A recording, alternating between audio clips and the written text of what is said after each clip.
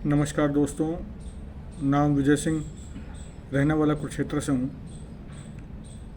दोस्तों, मैंने view now से एक पार्टिकल परचेज़ किया था और लगभग 1 साल तक मैंने रेंट एंजॉय किया। बिल्कुल टाइम पर प्रॉपर रेंट आया जैसा कि कंपनी का कमिटमेंट था। और अपने स्तर से मैं जांच कर रहा था कि जो भी सिस्टम है बताया गया है वो सही है या नहीं है, रेंट जो है वो टाइम पे आता है कि नहीं आता, कुछ कम ज़्यादा रहता है। तो सिस्टम बहुत अच्छा लगा।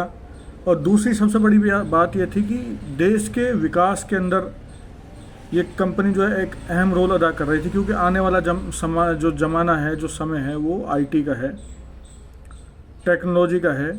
तो ये कंपनी टेक्नोलॉजी के साथ देश को आगे ले जाने का काम कर रही थी। प्रोजेक्ट बहुत अच्छा लगा और रिटर्न भी अच्छा था। तो इस सोच के साथ मैंने 14 पार्टिकल और ले लिए और सोचा था कि देश के साथ साथ में अपना भी खुद का विकास होगा और मैं बढ़िया सिस्टम के साथ में यहाँ पर रेंट एंजॉय कर रहा था। लेकिन नवंबर 2024 में उसके बाद से रेंट आना एकदम बंद हो गया।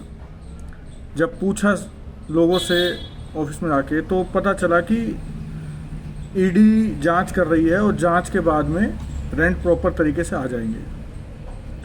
अब मज़ेदार चीज़ ये थी कि सब कुछ बढ़िया था, पहले भी कभी 1 रुपये की कोई हेरा फेरी या कोई फ्रॉड नहीं था कंपनी की तरफ से, सब कुछ ओके था।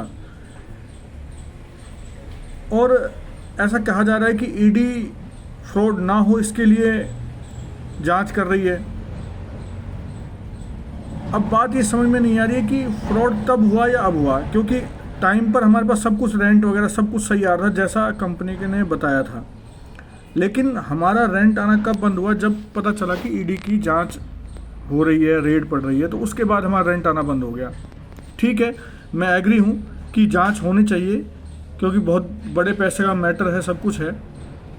लेकिन सर, हमारी क्या गलती थी कि हमने देश के जो विकास में जो सिस्टम काम कर रहा है उसके अंदर सपोर्टिंग में हमने अपना कुछ भविष्य देखा, कोई सपना देखा। तो मैं माननीय उच्च न्यायालय से और देश की सर्वोच्च जांच एजेंसी से हाथ जोड़कर नम्र निवेदन कर रहा हूं, क्योंकि लगभग 7 महीने हो गए हैं और लोन पर हम लोगों ने लेकर के ये पार्टिकल परचेज़ किए थे, जिसकी ईएमआई देना बहुत मुश्किल हो रहा है। समझ में नहीं आने वाले टाइम में क्या होगा।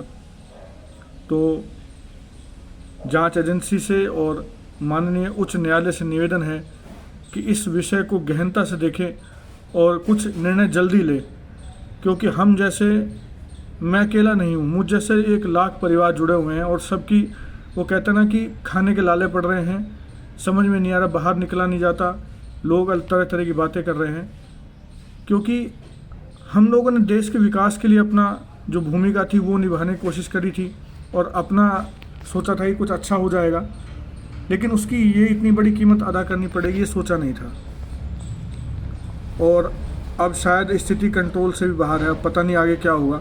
तो निवेदन ये है कि इस पर जल्दी निर्णय लिया जाए ताकि हम जैसे लाखों लोग जो इस त्रासदी से निकल रहे हैं ना, उसमें हमें कुछ रास्ता मिल सके।